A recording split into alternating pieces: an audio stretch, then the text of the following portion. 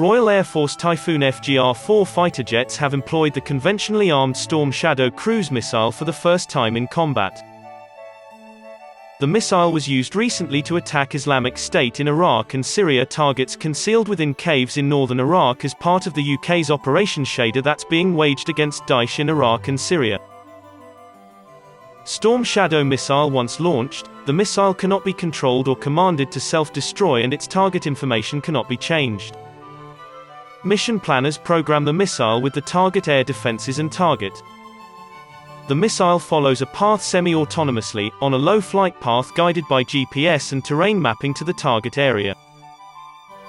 Close to the target, the missile climbs and then bunts into a dive. Climbing to altitude is intended to achieve the best probability of target identification and penetration.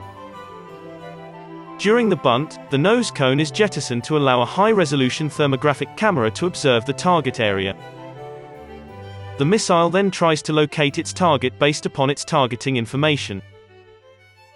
If it cannot, and there is a high risk of collateral damage, it will fly to a crash point instead of risking inaccuracy. The UK Ministry of Defence confirmed the Typhoon airstrike against the cave complexes southwest of Erbil.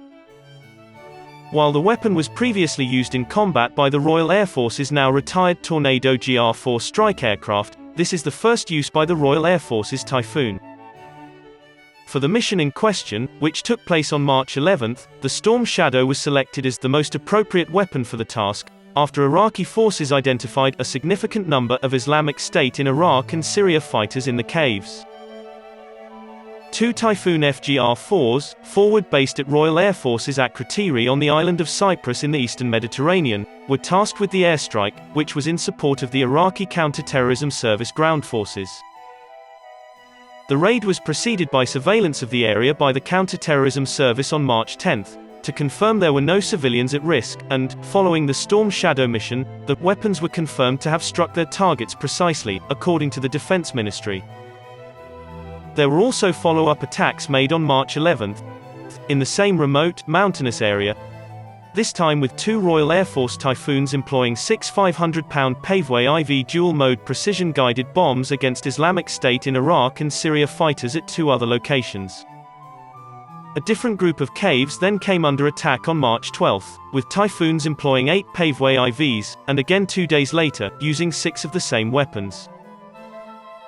On each occasion, our aircrew have exercised their utmost care in checking there were no signs of civilians in the area before conducting the strikes and subsequent surveillance to ensure their successful completion, the Defense Ministry said.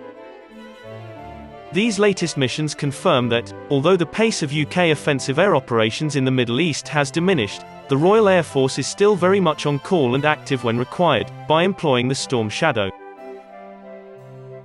To allow the withdrawal of the Tornado, the UK first had to ensure that the Typhoon was able to employ the key air-to-ground weapons that had been used by the Tornado, under a program codenamed Centurion. As well as the Storm Shadow, which was first used by the Tornado during the opening phases of the invasion of Iraq in 2003 and then subsequently during the air campaign over Libya in 2011, the Typhoon was cleared to use the Brimstone precision anti-armor missile. Paveway IV was already available to the Royal Air Force Typhoon. Centurion modifications actually began to reach the Royal Air Force Typhoon frontline in early 2018. Beginning with the Meteor Beyond Visual Range air-to-air missile, then the Storm Shadow, under the Phase 2 enhancement. Brimstone was then added subsequently under Phase 3 enhancement and first used in combat by Royal Air Force Typhoons in early 2019. Considering the Storm Shadow has been available to the Royal Air Force Typhoon for around 3 years now, it might seem surprising it's not previously been used in combat. However, this standoff weapon is, as manufacturer MBDA stresses, designed to meet the demanding requirements of pre-planned attacks against high-value fixed or stationary targets.